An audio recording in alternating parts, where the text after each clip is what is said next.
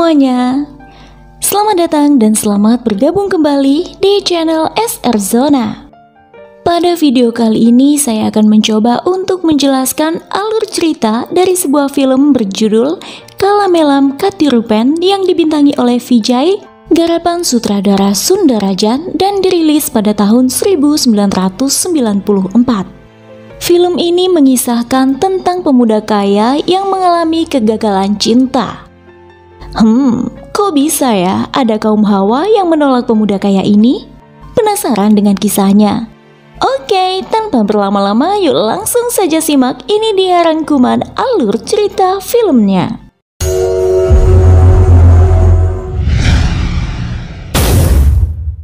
Film diawali dengan perdebatan pasangan suami istri di sebuah kuil. Mereka mendebatkan tentang pemujaan yang hendak dilakukan, namun sang anak tak kunjung datang. Sang ayah, Jai Sankar, sudah tak sabar lagi menanti kedatangan putranya yang entah di mana. Sementara sang ibu, Laksmi, masih berusaha menenangkan suaminya. Setelah cukup lama mereka menunggu, akhirnya keduanya memutuskan untuk membatalkan pemujaan hari itu. Di tempat lain, sekelompok pemuda beramai-ramai menghentikan laju bis kampus di mana penumpangnya keseluruhan adalah para gadis. Komplotan pemuda itu menyulut beberapa petasan di tempat di mana pada sekelilingnya terpampang poster-poster seorang pemuda yang dikenal dengan nama Kanan. Kanan adalah mahasiswa di sebuah perguruan tinggi Chennai. Ia begitu populer di kalangannya hingga hampir semua orang mengenalnya. Kanan adalah putra dari pasangan Jai Sankar dan Laksmi. Mereka adalah keluarga yang sangat kaya.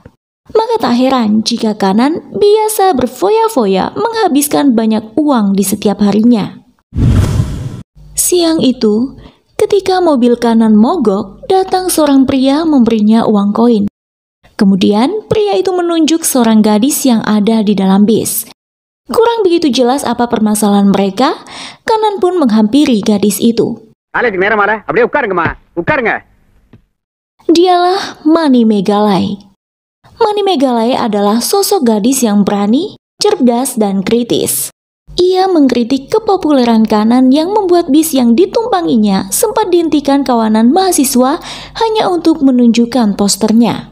Mani Megalai memberi koin-koin yang terbungkus sapu tangan kepada Kanan yang menandakan penghinaan. Kemudian pemuda itu pun membalas tindakan Mani Megalai dengan menghamburkan koin tersebut ke kepala gadis itu.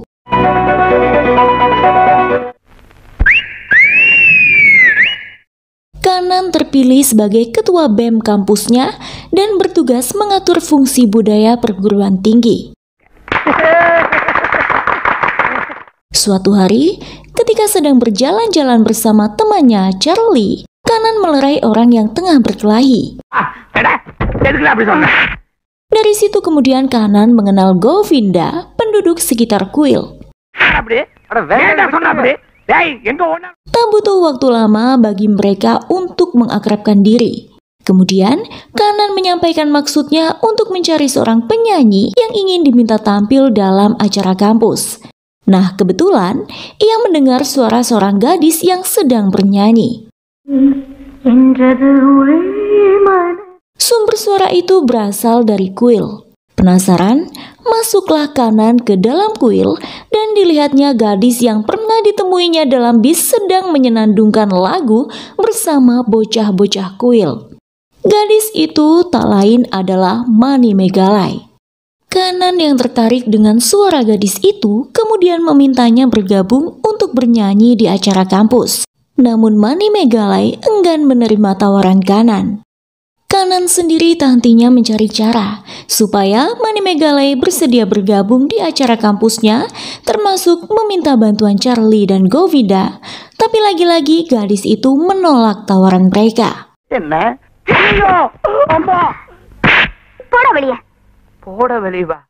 Bahkan, demi mendapatkan persetujuan Mani Megalai, Kanan bersedia memperbaiki akses jalan di sekitar wilayah tempat tinggal gadis itu, sekaligus memperbaiki masalah pipa ledeng yang ada di sana. Semua warga berterima kasih dan senang atas tindakan baik Kanan, tapi tidak bagi Mani Megalai.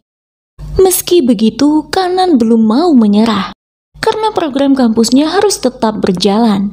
Setidaknya seperti itulah niat awal pemuda itu. Karena kali ini Kanan memiliki tujuan lain dalam upaya mendekati Mani Megalai, yaitu bukan lagi untuk kepentingan program kampus, melainkan untuk kepentingan pribadinya. Siang itu dengan membawa sesuatu di tangan, Kanan memberanikan diri mendatangi langsung Mani Megalai yang tengah melakukan pemujaan. Gadis itu kembali bernyanyi dalam kuil. Penjaga kuil menyerahkan pemberian Kanan yang ternyata berupa tumpukan uang kertas dalam wadah yang tertutup kain kepada Mani Megalai. Mengetahui hal itu, Mani Megalai membuang tumpukan uang tersebut kemudian bergegas meninggalkannya. Tapi Kanan, tanpa ragu, di depan semua orang ia mengatakan bahwa ia mencintai Mani Megalai, meski akhirnya tak direspon sama sekali oleh gadis itu. Kini tak hanya upaya mengajak Mani Megalai bergabung untuk bernyanyi dalam program kampusnya yang gagal, namun cintanya pada gadis itu juga gagal. Mani Megalai makin membencinya. Tapi Kanan yang keras kepala tak mau menyerah sebelum Mani Megalai berkata iya. Malam itu Kanan menggembok pintu rumah Mani Megalai ketika gadis itu tengah pergi menonton film bersama teman-temannya. Sepulang dari bioskop, Mani Megalai kebingungan melihat gembok besar telah terpasang menutupi gembok asli rumahnya.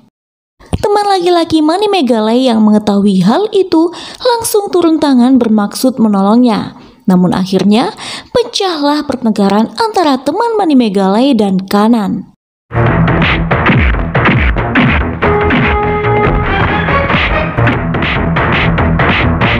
Tak berhenti sampai di situ, Kanan semakin gencar mendekati Mani Megalai, tapi gadis itu terus-menerus menghindarinya. Hingga ketika tengah malam, dibantu dengan Govinda dan teman lainnya, Kanan mengganggu Mani Megalai dengan menyanyikan sebuah lagu.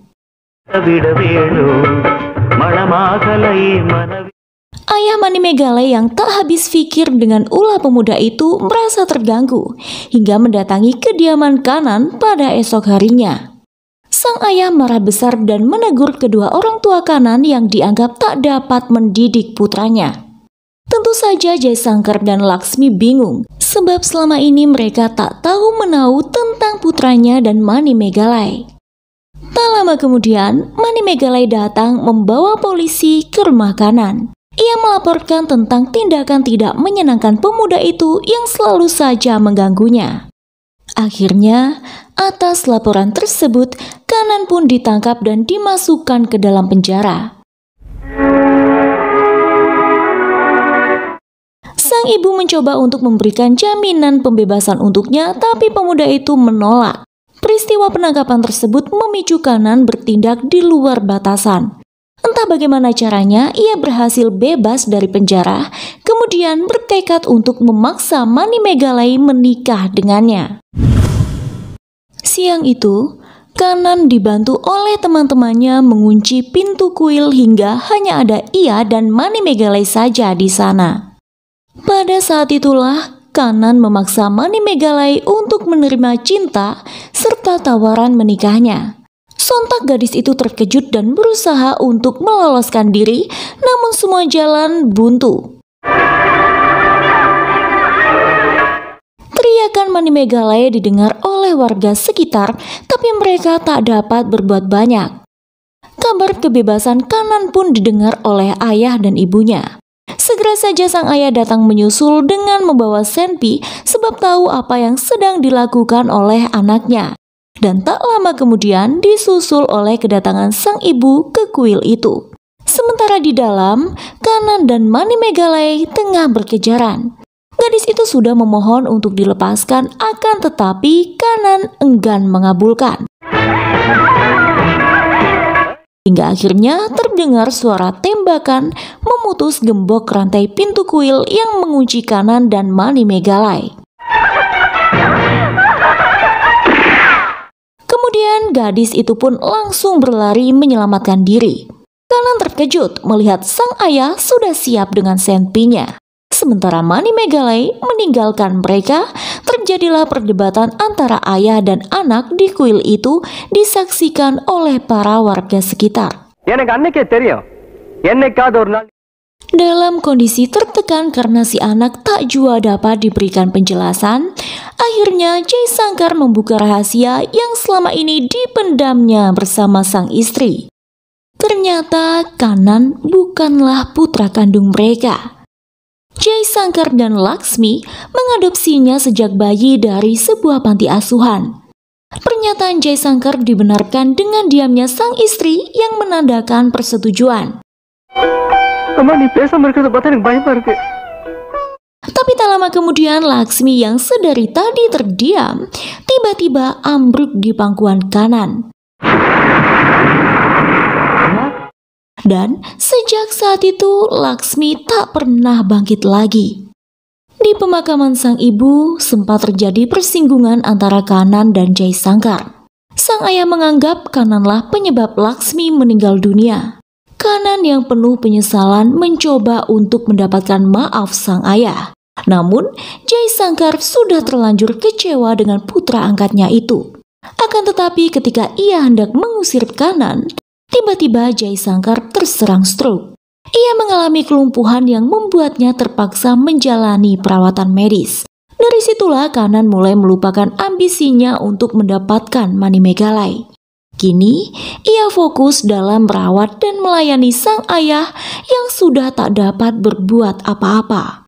Hingga 2 bulan berselang, melihat perubahan pada diri anaknya, Jai Sankar memberikan semua hartanya kepada Kanan dan kemudian ia pun menyusul istrinya.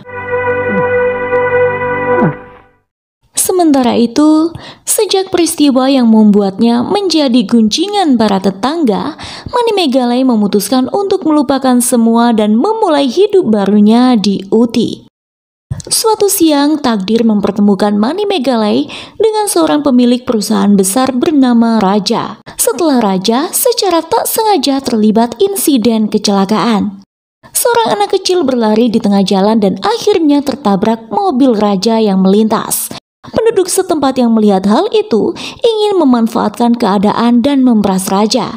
Namun Mani Megalai yang mengetahui kebenarannya menolong Raja membawa gadis kecil tersebut ke rumah sakit untuk mendapatkan pertolongan. Melihat kecerdasan Mani Megalai, Raja mulai menyelidiki tentang gadis itu. Didapatlah bahwa gadis itu bekerja di salah satu grup perusahaannya dan segera saja Raja memberikan promosi jabatan kepada Mani Megalai sebagai personal asisten di perusahaannya. Mani Megalai, sales girl promotion ayi. Lalu bagaimana dengan Kanan? Sepeninggal ayahnya, ia menyumbangkan seluruh hartanya kepada panti asuhan. Kemudian, ditemani oleh Govinda, ia mencari jejak Mani Megalai. Tapi kali ini ia ingin meminta maaf pada gadis itu. Suatu hari ia tiba di Uti dan mendapati perampokan pada sebuah bank, di mana saat itu kebetulan Raja sedang terlibat sebagai korban. Dengan cekatan, Kanan mengejar dan menghajar para perampok tersebut.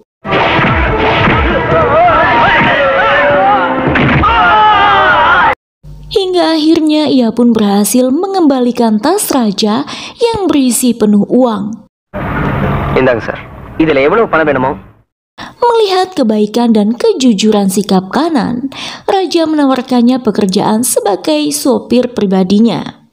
Tanpa berpikir panjang, Kanan pun menerima tawaran baik tersebut dan bergabung dengan Raja's Group Company. Esok harinya Mani Megalai terkejut saat mengetahui bahwa Kananlah sopir pribadi Raja. Begitu halnya dengan Kanan yang tak menyangka bahwa akhirnya takdir membawanya kembali bertemu Mani Megalai. Dalam beberapa kesempatan Kanan mencoba untuk menyampaikan permohonan maafnya pada gadis itu, namun nampaknya Mani Megalai masih belum juga bisa memaafkan tindakan Kanan di masa lalu. Bahkan, Mani Megalai mencoba membuat Kanan meninggalkan Uti bagaimanapun caranya termasuk membuat pemuda itu cemburu terhadap raja. Suatu hari, Manimegalai yang menerima setoran uang dari salah satu stafnya lupa bahwa ia telah menaruh uang tersebut di dalam laci meja ketika Kanan masuk ke ruang tersebut dan berbarengan dengan ia tengah menerima telepon. Melihat uangnya tak lagi ada di meja, Manimegalai mencurigai Kanan yang terakhir dilihatnya masuk ke ruangan. Kini semua tuduhan tertumpu pada pemuda itu. Kanan yang tak tahu menahu terkejut ketika Manimegalai menuduhnya mencuri uang.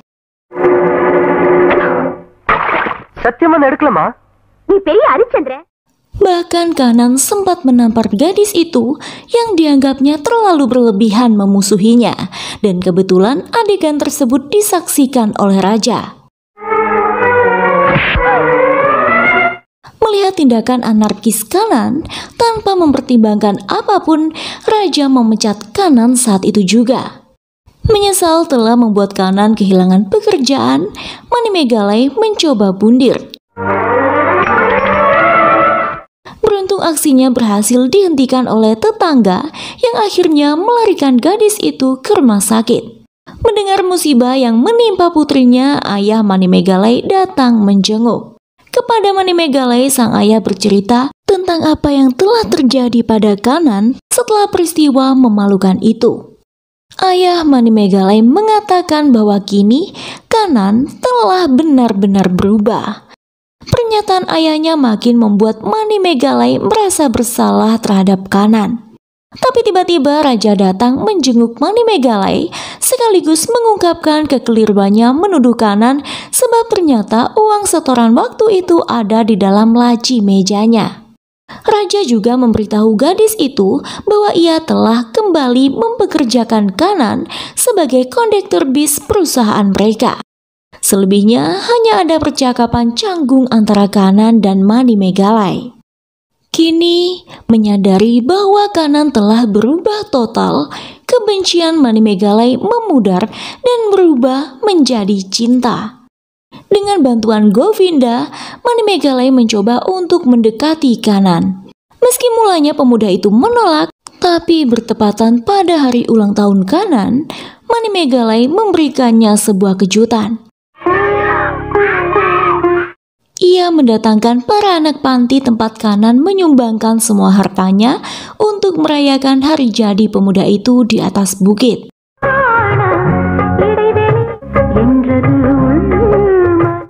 Akhirnya Kanan pun kembali membuka hatinya untuk Manimegalai. Namun tiba-tiba datang sekumpulan pria berkostum serba hitam menculik pasangan itu. Ternyata mereka adalah suruhan raja yang juga mencintai Manimegalai. Raja dan pasukannya membawa pasangan itu ke sebuah tempat.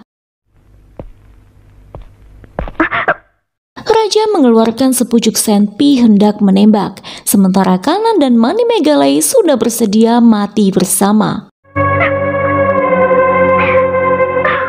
Akan tetapi semua berubah ketika Raja mengarahkan tembakan ke atas Kanan dan Manimegalai, di mana berjatuhan bunga-bunga yang menghujani mereka. Ya, raja yang mengetahui kisah cinta mereka telah memberkati pasangan bahagia itu. Pada akhirnya Kanan dan Manimegalai berhasil menyatukan cinta mereka. Dan film pun selesai.